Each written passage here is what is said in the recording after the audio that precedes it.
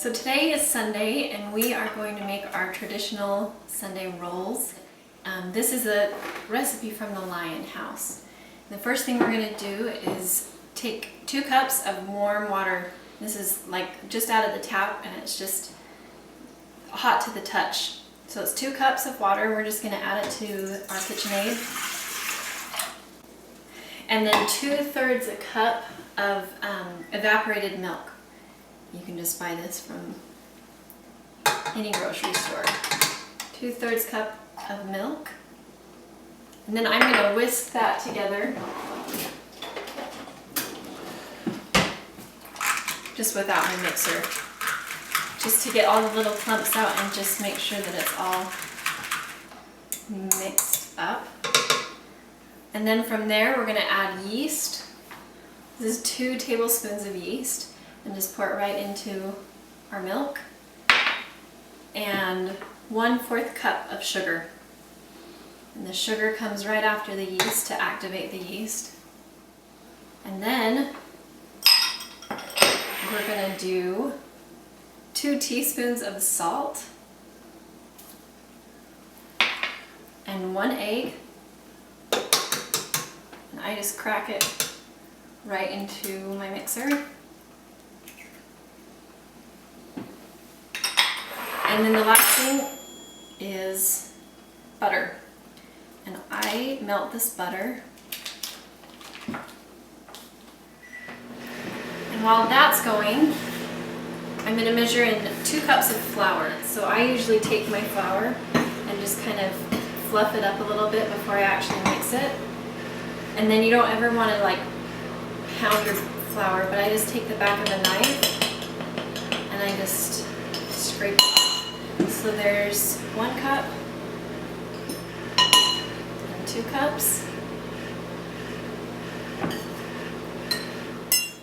And our butter is all melted.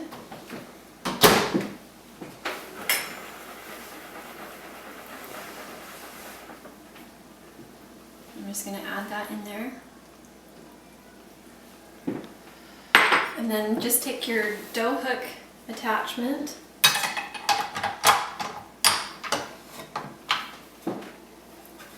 just to 2 to try and to get that flour mixed up. So after it's mixed for just a few seconds, I'm going to put it back down and I'm going to scrape the flour off the sides of the bowl just to get it all wet and make sure that there isn't anything stuck to the bottom. Once that is all scraped off the side, I'm going to put it back up and just keep going for about 1 more minute. And I'm going to bump it up to 4.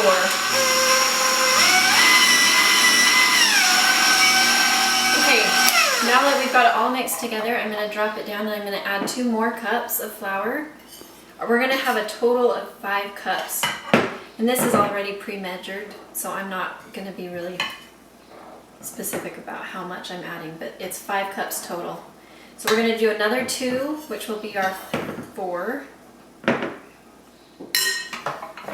And you just do it low on this 2 speed to get the flour mixed up so it doesn't spray everywhere.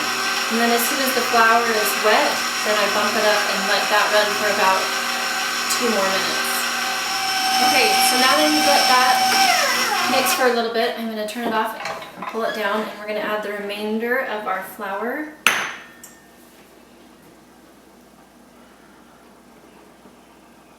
And then same thing. Just start it on 2 until the flour gets pulled in, and then we'll bump it up to 4 or 6. You can go up higher. Okay, so we've let that mix for another 2 minutes. The recipe calls for between 5 and 5.5 cups. I usually start with the 5 cups, and then depending on the day and the humidity and the temperature outside, the dough can be a little bit different. So you just kind of use that extra 1/2 cup to get to the consistency that you want the dough to be. So this is actually really quite sticky. So I'm going to add another, I'm going to start with a 1/2 cup. And I'm just going to add a little bit more. You want the dough to pull away from the sides, but you don't really want it to be too sticky to the touch. So I'm going to do the same thing.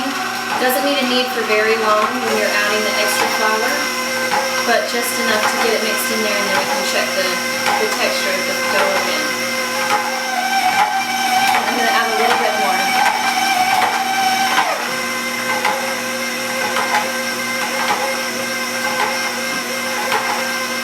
So I probably added a 1/4 cup. Once you've got your dough to the consistency you want, so I can touch this and it's not sticking to my fingers, and that's what I want. That's the kind of the feel that I want. I will let this run for about 2 more minutes just to get it nice and kneaded, and then we will prepare it to rise. Okay, so we have got this great dough. I'm going to unhook this. Pull my dough out and just take the hook out.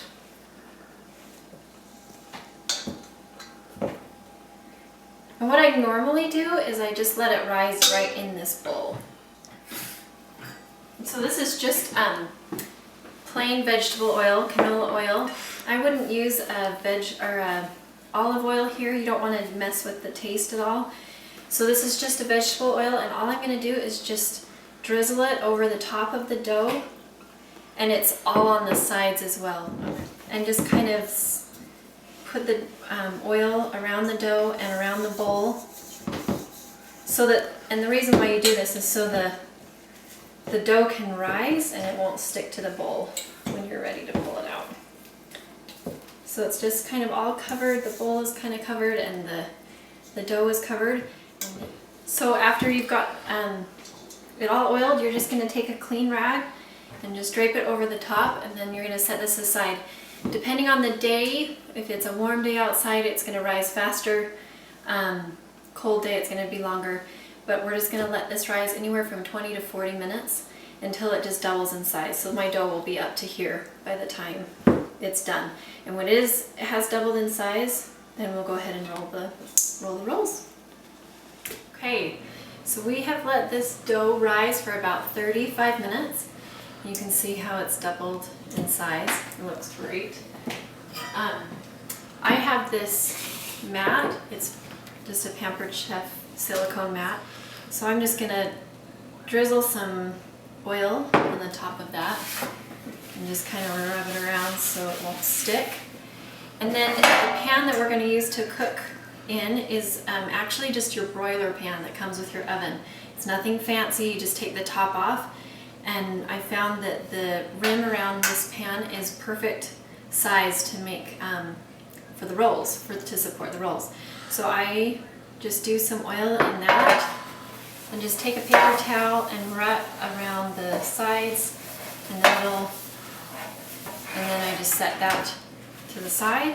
We've got our workspace, and then I'm just gonna see how that just comes right out after you put the oil around the dough. I'm just gonna knead it just a little bit. I just kind of pull everything right to the middle. It's a really soft dough, and I'm gonna flip it around, and then with the rolling pin, I'll put just a little bit of oil on that and just rub it around. And then I'm just going to roll this out. And as you're rolling it, you're going to kind of hear little air bubbles coming out. I'm not really picky about this, the corners. If you needed them all to be the same size, you could cut the corners off of your dough and make it all even.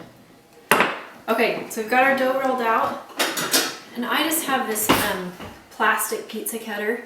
I like it because it's not going to do any damage to my mat. You're just going to run it down the middle, and then you're just going to do about 1.5 inch little breadstick slices. I actually like the little pieces because those are usually the rolls that the kids will eat. So I've got my pan, and you're just going to roll them like a little suitcase or like a sleeping bag. When you get to the bottom, you're going to take the bottom and the top and you're going to pinch that seam. And then when you place the roll, the seam goes down. So you come to this edge and you take it and you pinch it together and the seam goes down.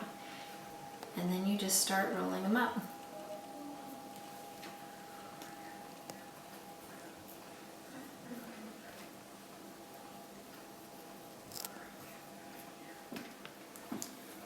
And sometimes at the end you kind of have to get creative with where you put them because there are a lot. Okay, so now we've got our pan of rolls. So we're going to let these rolls rise now. And I have a convection oven, so I set my temperature to 360. The recipe calls for 375. So if you have just a normal oven, you'll set your oven to 375.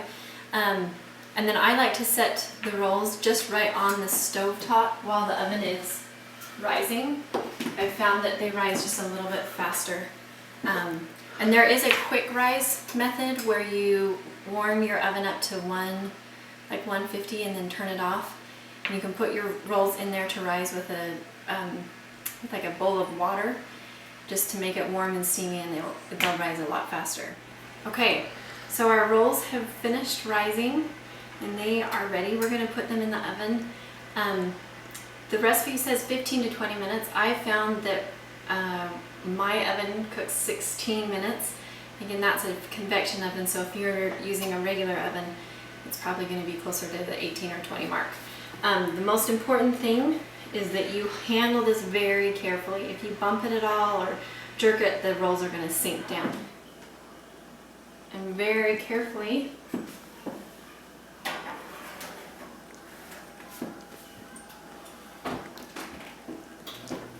we'll just set our timer for 16 minutes. Okay, so our rolls are done. I just take the little leftover of the butter that we used and I'll just kind of run some butter over the tops of them. And you are done, and here are our Sunday rolls.